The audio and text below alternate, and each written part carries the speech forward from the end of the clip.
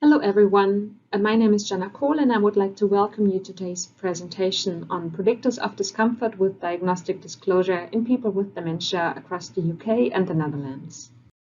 Research indicates that people affected by dementia, both people with the diagnosis and family members, are often subject to stigma, despite different dementia-friendly initiatives that are trying to combat that. Feeling stigmatized and experiencing actual discrimination can have a great effect on people with dementia and their family. Some people become embarrassed, fearful or wary to disclose the diagnosis to people within and outside of their social networks. As a consequence, many people affected by dementia socially withdraw and receive limited access to very necessary support and resources. Although cultural differences and stigma exist, we know very little about factors that are involved in discomfort with disclosing the diagnosis of dementia in people with different cultural backgrounds. This study aims to shed some light on this, including determining factors that might predict discomfort with disclosing the diagnosis to family and friends in people with dementia across England and the Netherlands. 40 people with dementia from the Netherlands and 40 people with dementia from England took part in the study. So 80 participants in total. All of the participants are living in the community. In the UK, participants were recruited via the Joint Dementia Research Database, via self-identification in response to study ads, and via outreach activities organized by the Alzheimer Society UK. In the Netherlands, participants were recruited via meeting centers for people with dementia and their supporters, and via the Centre of Geriatric Medicine, Amsterdam. Data collection took place through an online survey and face-to-face interviews.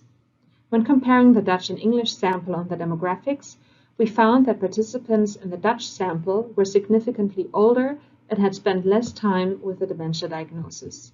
We didn't find any further differences between the samples.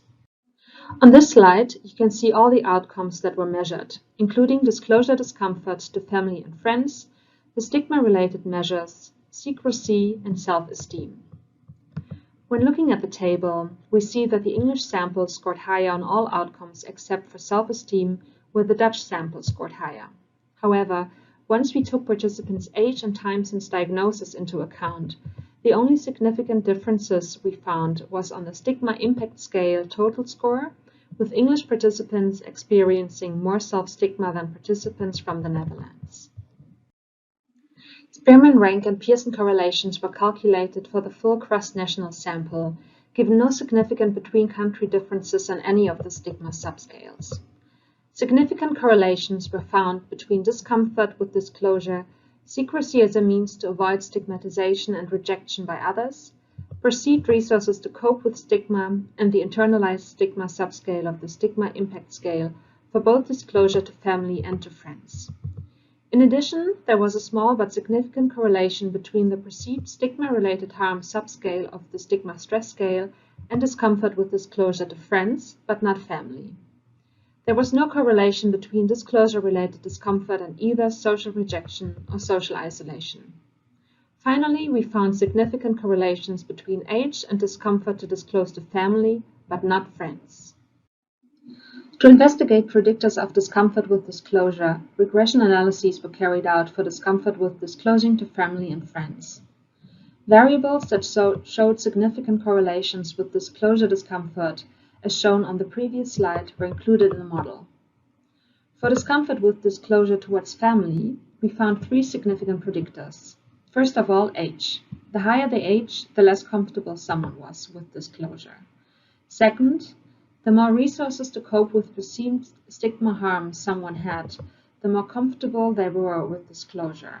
And third, the more secretive someone was with the diagnosis, the less comfortable they were with disclosure.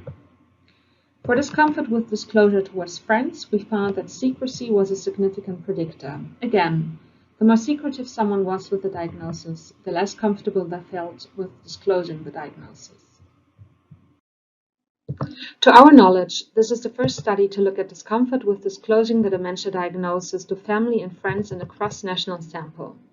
When we compared both samples, we found that the English people with dementia felt more affected by stigma overall. Interestingly, we also found that older participants tended to feel less comfortable disclosing the diagnosis than younger participants. And clearly, being secretive about the diagnosis affects feeling comfortable about disclosure.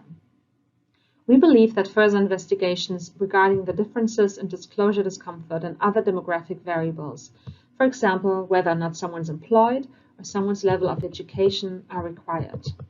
And we also think that we require further efforts to improve stigma resistance and need to create more dementia-friendly societies to combat dementia stigma.